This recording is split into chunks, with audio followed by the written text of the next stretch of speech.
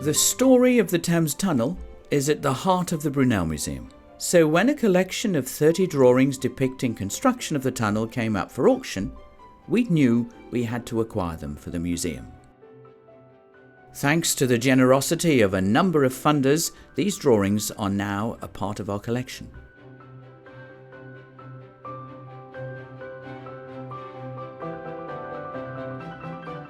The drawings are very special. They were drawn between 1818 and 1836 and had been in the possession of a branch of the Brunel family for nearly 200 years. On the drawings, we see the hands of Isambard King de Brunel, his father Mark, their chief engineer Richard Beamish, and their chief draftsman Joseph Pinchbeck. As far as we know, none of the drawings were by women. This was a time when women were excluded from almost all professions, even though some, including Isambard's own sister Sophie, showed great promise in engineering. The drawings tell us a great deal about the story of the Thames Tunnel. They show us how Mark Brunel's thinking about the tunnel developed, from two circular tunnels side by side, to a tunnel with 3 openings, to the final design of a tunnel with 2 openings. The purpose of most of the drawings was to convey ideas about how the tunnel would be built. This drawing shows an early design for the tunnelling shield that was the core of Mark Brunel's thinking about how to tunnel underwater. This is the design that Mark would later patent. This drawing shows a proposal for a new drainage tunnel.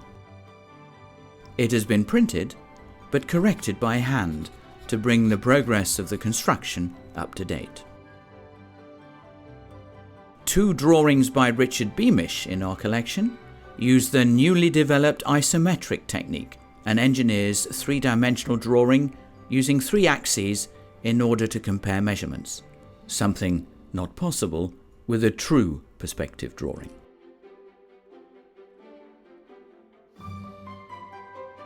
The rest of the drawings are more conventional and feature cross-sections of the tunnel, detailed drawings, or plan views depicting the tunnel from above. But what brings them to life is the way many are populated with tiny figures, as well as the careful application of watercolour, a technique used at the time when colour printing was still some years away.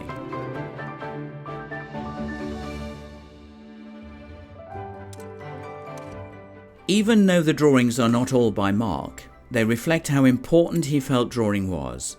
He called it the alphabet of the engineer.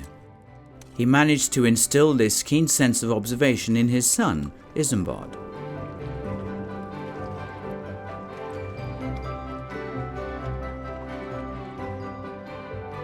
Only a few years after these drawings were made, engineers' drawings became more mechanical and lifeless. So not only are these drawings an invaluable record of the Thames Tunnel, they also represent a lost world of design when technical drawing was at its most lively and engaging, almost an art form.